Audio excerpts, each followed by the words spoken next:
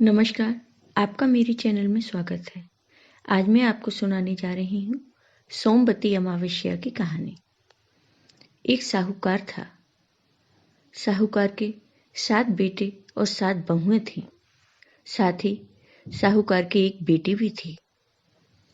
साहूकार के घर रोज एक जोगी आता था, जिसे साहूकार की बहू भिक्षा देती थी। लेकिन वह जोगी साहूकार की बेटी से भिक्षा लेने को मना कर देता था। वह कहता था कि तेरे भाग्य में सुहाग की जगह दुहाग है, तू मनहूस है, इसलिए मैं तुझसे भिक्षा नहीं लूंगा। लड़की को उस जोगी की यह बात बुरी लगती और एक दिन वह अपनी माँ के पास गई और रोते रोते अपनी माँ से कहा कि वह जोगी मुझसे भिक्षा नहीं लेता और मुझसे ये सारी बातें कहता है। जब लड़की ने अपनी माँ को सारी बात बताई तो उसकी बात सुनकर माँ कहती है कि ठीक है, कल जब जोगी आए तब मैं सुनूंगी कि वह जोगी तुमसे क्या क्या कहता है। अगले दिन फिर वह जोगी आता है तो साहूकारनी छिपकर बैठ जाती है और लड़की को भिक्षा देने के लिए भेजती है। जोगी उससे भिक्षा नहीं लेता और फिर वही बात दोहराता है कि तेरे भाग्य में सुहाग की जगह दुहाग लिखा है। लड़की की माँ बाहर निकल कर आती है और जोगी से कहती है कि एक तो हम तुम्हें भिक्षा देते हैं और तुम मेरी बेटी से ऐसी बातें कहते हो, गाली देते हो। तब जोगी कहता है कि माँ जी, मैं गाली नहीं दे रहा हूँ, जो बात सच है वही कह रहा हूँ। इसके भाग्य में जो लिखा है मैं वही सच आपको बता रहा हूँ। सारी बातें सुनकर लड़की की माँ कहती है कि जब तुम्हें सारी बात पता है तो इससे बचने का उपाय भी पता होगा। तो हे जोगी, इससे बचने का हमें उपाय बताओ। तब जोगी कहता है कि 7 समंदर पार एक धोबन रहती है जिसका नाम सोना है। वह सोमवती अमावस्या का व्रत करती है। अगर वह आकर इसे फल दे दे तभी इसका दुहाग टल सकता है, अन्यथा विवाह के समय सांप के काटने से इसके पति की मृत्यु हो जाएगी। सारी बात सुनकर लड़की की माँ रोने लगती है और सोना धोबिन की तलाश में निकल जाती है।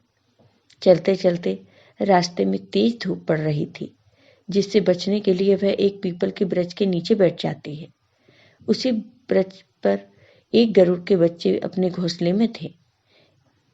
तब वहां एक सांप आता है और गरुड़ के बच्चों को खाने के लिए लपकता है, लेकिन साहूकार ने उस सांप को मारकर बच्चों की जान बचा लेती है। कुछ देर बाद जब गरुड़नी आती है तो सब जगह खून देखकर साहूकारनी को चोंच मारने लगती है। गरुड़नी सोचती है कि साहूकारनी ने मेरे बच्चों को मार डाला है। साहूकारनी गरुड़नी से कहती है कि एक तो मैंने तुम्हारे बच्चों को सांप से बचाया और तुम मुझे ही मार रही हो। तब सारी बातें सुनकर गरुड़नी बोली कि तुमने मेरे बच्चों की रक्षा की है, इसलिए तुम्हें जो मांगना है वो मांग सकती हो। तब साहूकारनी गरुड़नी से कहती है, मुझे 7 समुद्र पार सोना धोबिन के यहाँ जाना है। गरुड़नी कहती है, ठीक है, मैं वहां तुम्हें छोड़ दूंगी। गरुड़नी ने साहूकारनी को 7 समुद्र पार उस सोना धोबिन के यहाँ छोड़ दिया। साहूकारनी वहां पहुंच तो गई, लेकिन सोचने लगी कि मैं अब इसे कैसे मनाऊं। सोना धोबिन की भी 7 बहुएं थीं, लेकिन घर के काम को करने के लिए सदा आपस में लड़ती झगड़ती रहती थी। रात को जब सब सो जाते तो साहूकारनी आती और चुपके से सोना धोबिन का घर का सारा काम, झाड़ू पोंछा बर्तन आदि करके सब लोगों के उठने से पहले ही चली जाती। सारी बहुएं भी आपस में यही सोचती कि कौन सी बहू है जो सारा काम कर देती है, लेकिन एक दूसरे से पूछने की हिम्मत किसी को नहीं थी। काम करने की बात सोना धोबिन ने भी देखी कि आजकल बहुएं लड़ती भी नहीं हैं और सारा काम भी हो जाता है। सोना धोबिन ने सारी बहुओं को बुलाया और पूछा कि आजकल तुम लड़ती भी नहीं हो और घर का सारा काम कर लेती हो। तब बहुएं झूठ कहती हैं कि लड़ाई करने से क्या फायदा, इसलिए हम मिलकर सारा काम कर लेते हैं। सोना धोबिन को अपनी बहुओं की बातों पर विश्वास नहीं होता है और वह सोचती है कि मैं आज रात को जगकर देखूंगी कि यह काम कौन सी बहू करती है। तब सोना धोबन रात में जगकर स्वयं सच देखती है कि काम कौन करता है। रात होने पर सोना धोबिन छिपकर बैठ जाती है, देखूं कौन सी बहू काम करती है। रात हुई तो वह देखती है एक औरत चुपके से घर में घुस रही है। वह देखती है उसने घर का सारा काम कर दिया और जाने की तैयारी में है। जैसे ही साहूकारनी जाने लगी तो सोना धोबिन उसे रोक लेती है और साहूकारनी से पूछती है, बहन तुम कौन हो और क्या चाहती हो? तुम क्यों मेरे घर का काम करती हो? तब साहूकारनी कहती है कि पहले तुम वचन भरो, तब मैं सब बताऊंगी। सोना धोबिन वचन भर लेती है।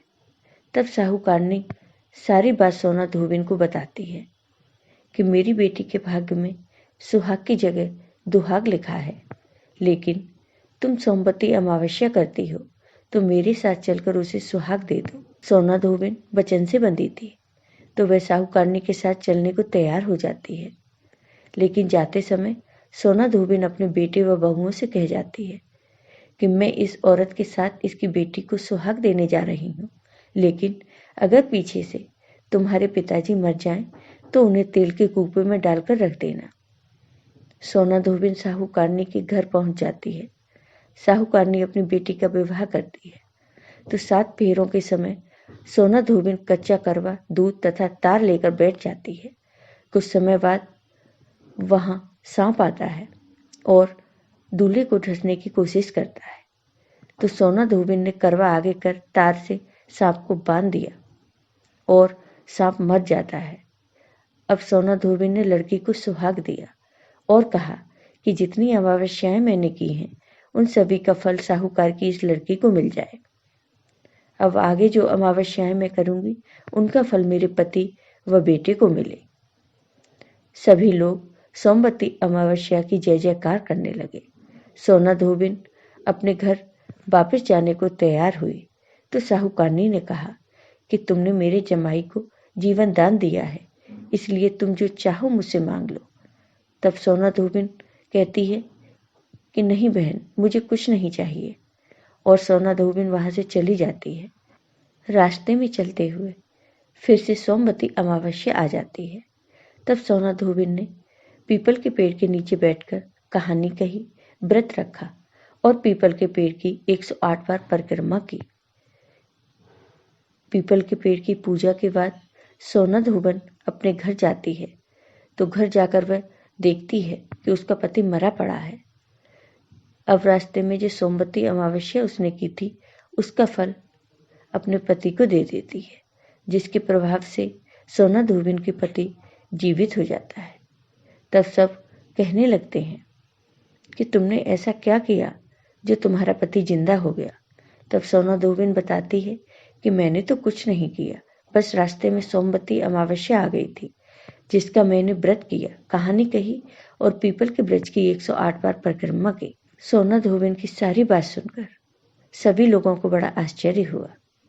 अब सारी नगरी में ढिंडोरा पिटवा दिया गया कि हर कोई सोमवती अमावस्या करेगा, पूजा करेगा, व्रत रखेगा, कहानी कहेगा और पीपल के वृक्ष की 108 बार परिक्रमा करेगा। सभी गांव वाले इसी तरह सोमवती अमावस्या की पूजा करने लगे, व्रत रखने लगे।